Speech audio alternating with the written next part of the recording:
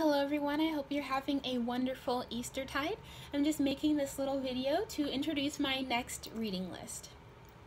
So right now I am reading Cold Case Christianity. A homicide detective investigates the claims of the Gospels by J. Warner Wallace.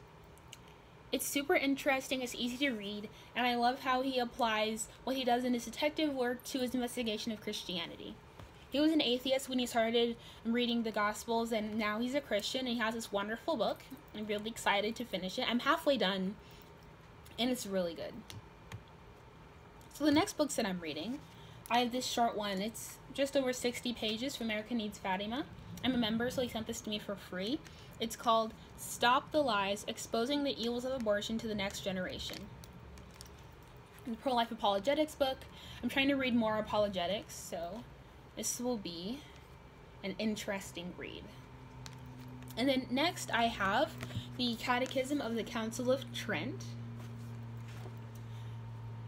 It's a pretty thick book and the font is small, but I'm really excited to read it.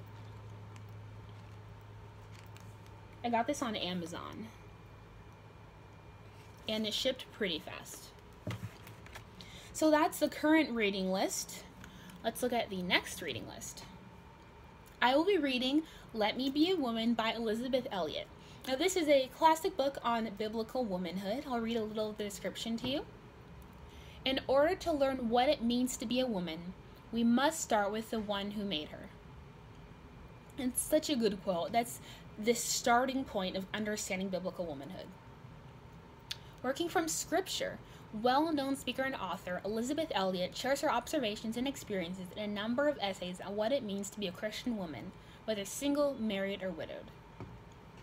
And then the next book I'm reading, The Popes Against Modern Errors, 16 Papal Documents, hard-hitting condemnations of many of today's most noxious errors.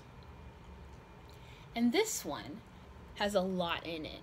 On liberalism, on current errors, on government authority, on Christian democracy, the oath against modernism, on the feast of Christ the King, on certain false opinions.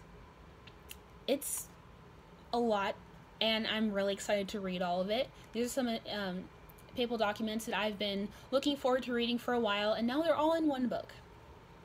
So that'll be a good read. And next I have Topics on Tradition by Father Chad Ripperger.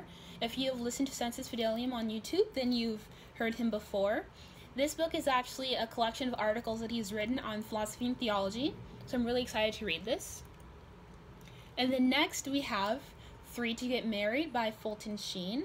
Really excited to read this since, as you know, I would like to be married someday, and I've been trying to read a lot of books about marriage so I can get ready because I want to be a stay-at-home homeschool mom, and I just really want to be ready. So I've been trying to pray and read a lot of spiritual books and ask advice from married Catholic women, so this is another thing that will help me on my journey. Okay, and the next book. You might have noticed that I have a theme with the books I like to read. This one is part of that theme. Humani Generis on Evolution, Reading It Completely and Consistently by Reverend Victor P. Warkowitz. Okay, now here's the description. Catholic evolutionists point to Pope Pius XII's encyclical letter Humani Generis as a Magna Carta for professing belief in macroevolution. However, it is no such thing. A complete, careful, and consistent reading of the document shows that Pius XII was no friend of evolution. He clearly saw the danger it presents to the Catholic faith. He begrudgingly gave permission to scholars to study the notion of the human body as coming from pre-existing living matter, but his permission was very restricted. He explicitly held permission for Catholics to hold the evolution of the human body as a fact, and he upheld the historical truth of the first 11 chapters of Genesis. So this is really exciting, because whenever evolution and creation come up in Catholic circles, this encyclical's reference, so I'm really excited to read this. And then next I'm reading The Doctrines of Genesis 1 through 11. It's actually written by the same priest, Father Warkowitz, and Doctrines of Genesis 1 through 11, a compendium and defense of traditional Catholic theology on origins. Okay, this is going to be exciting since, you know, Genesis is one of my favorite books of the Old Testament.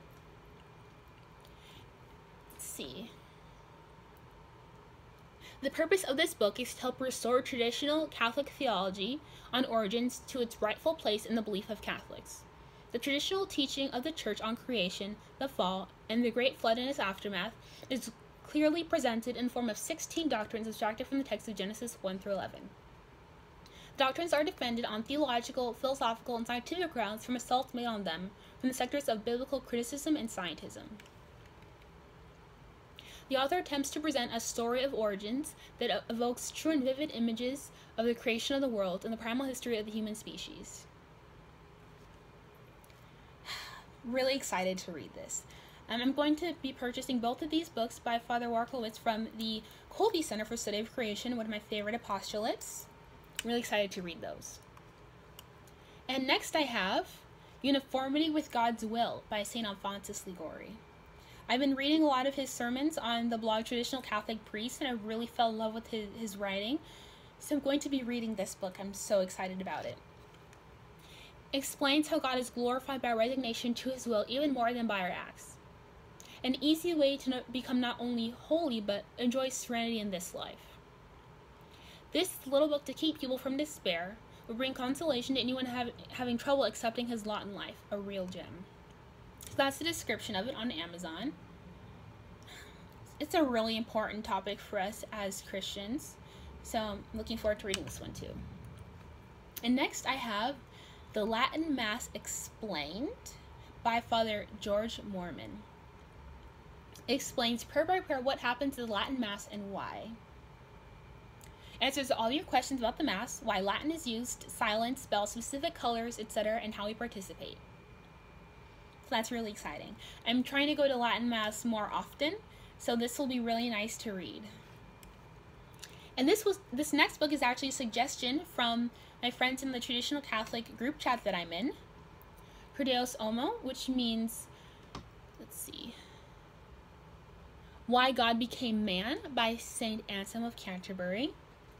So this book is answering the questions, is there a God? Why did he have to die? And how are we restored by his death? So these are really big questions. And I've read St. Anselm before, so I'm looking forward to reading this one. And I really love to read, and reading played a huge role in my conversion to the Catholic faith. So if you have any other book suggestions for me, please let me know. Thank you so much for watching this video, and I hope you have a wonderful Eastertide, and I'll talk to you soon.